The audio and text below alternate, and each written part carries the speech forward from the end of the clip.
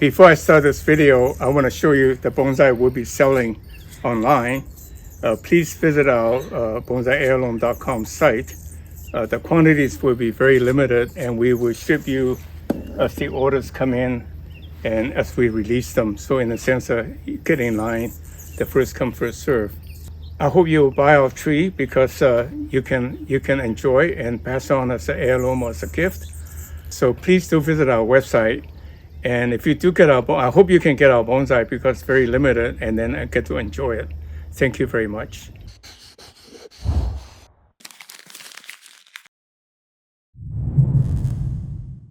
Hi, I'm miltonchang of Bonsai Heirloom.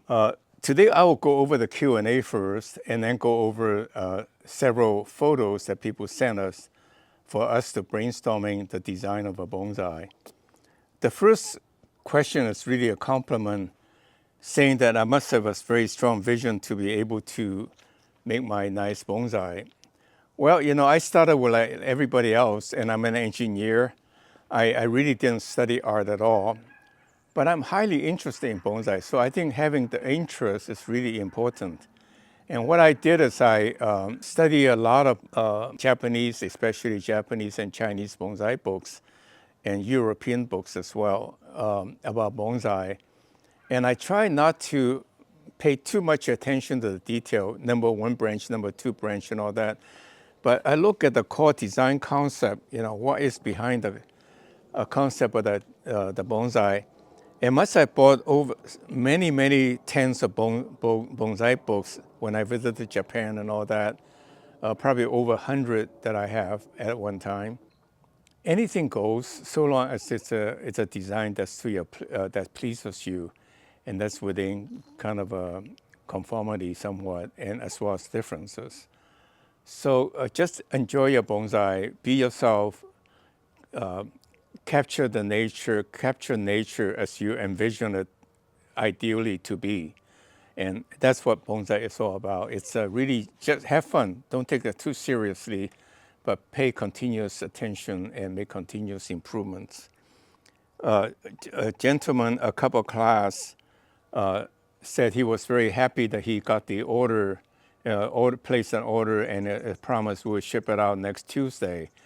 So I'll use this opportunity to thank him, remind you that please place your order, get your tree, you will enjoy it, it's well implemented, and nothing fancy, just emulating a simple tree that as you work on it, it will become your heritage tree, your heirloom. He wants me to talk about, you know, the cut and grow method, how to cut a branch.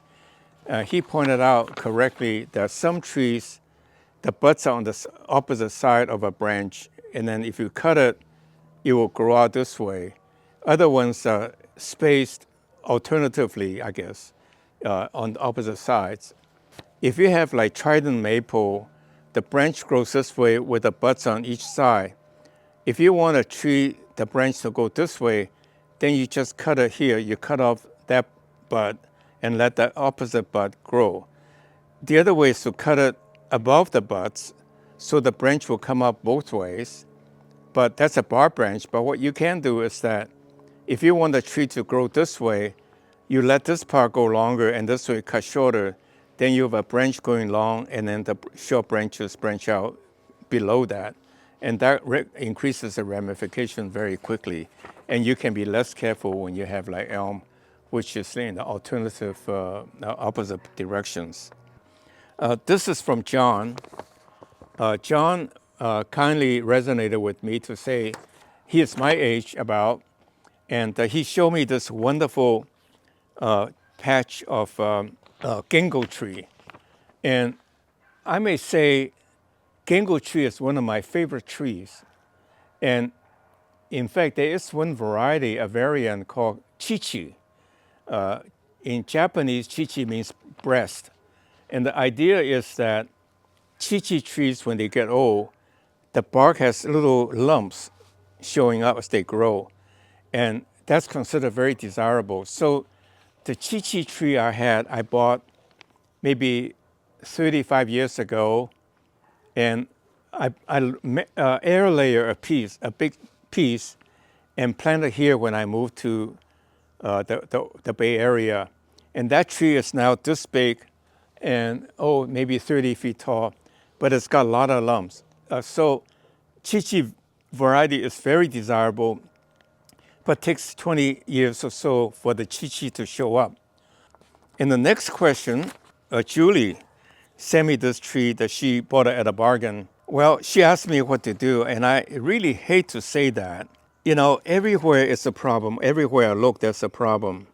Like starting from the bottom, the wire burned into the bark, and then the roots are totally curled, and then there's no lower branch in the top you can work on, but it's also have some wiring damage. So the point is that people do bonsai without the care to spread out the root and don't let the wire stay on too long to grow the tree. It becomes quite unsalvageable. So I don't know what to say, but to say discard it. But if you really want to be adventuresome, you know, you can maybe graft a small branch of a good variety of, or cut the same piece from up here and graft it down there to start over again. The person asked me about the issue with root, and if you look at this picture carefully, the root below are actually pretty good.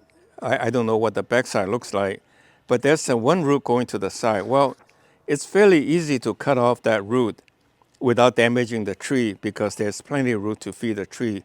So I don't think it's a big problem given that you have a very good trunk. I would say this bonsai pot, you know, doesn't help this tree very much because there's not much soil to grow. What I would do is I will probably take that out of the pot, put it in a bigger bonsai pot with more soil, or put it in a growing pot and start to work on the top. When the top is kind of well done, then you take it out again and put it in a smaller, appropriate size bonsai pot.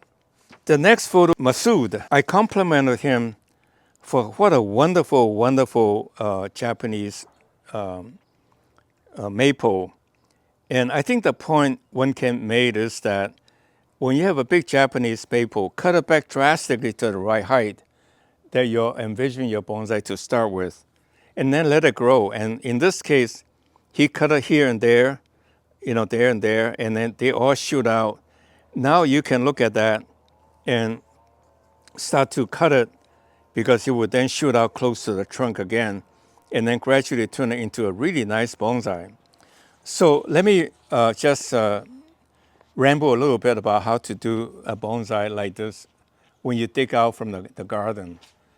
What you do is that you should clean off don't dig it out of the ground too quickly because it's got a lot of established roots that can help the tree grow fast. You brush off do whatever you can to get rid of the soil near the root to see what the root looks like. Make sure it goes out grasping the earth like powerful grip. And then you cut into one or two branches, main branches, leave one or two main branches, let it shoot out again. And then you can then start to shape it.